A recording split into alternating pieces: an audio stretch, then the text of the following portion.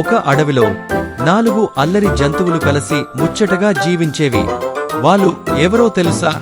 మొమో అనే చంచలమైన కోతి, పింకీ అనే రంగురంగుల చిలక, టుటు అనే మెల్లగా నడిచే తాబేలు, ఇంకా లియో అనే చిట్టి సింహపు వాళ్లందరూ కలిసి అల్లరి చేస్తూ ఎంతో ఆనందంగా ఆడుకుంటున్నారు. చాలా ఎత్తులో పెద్ద అరటి పండ్లు ఉన్నాయి. మొమో కోతి వాటిని చూసి నోట్లో నీళ్లు నిలబెట్టుకోలేకపోతున్నాడు.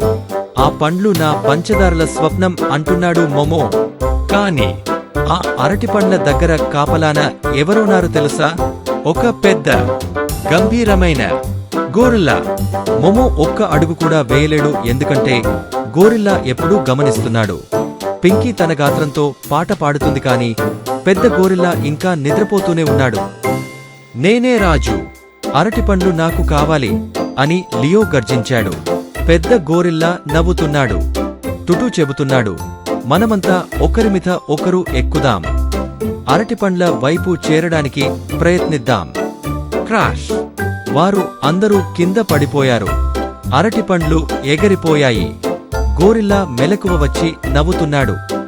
గోరిల్లా నవ్వుతూ చెప్పాడు, మీరు అడిగితేనే చాలు, పంచేవాణ్ణి. అందరూ కలిసి అరటిపండ్ల పార్టీ చేసుకున్నారు.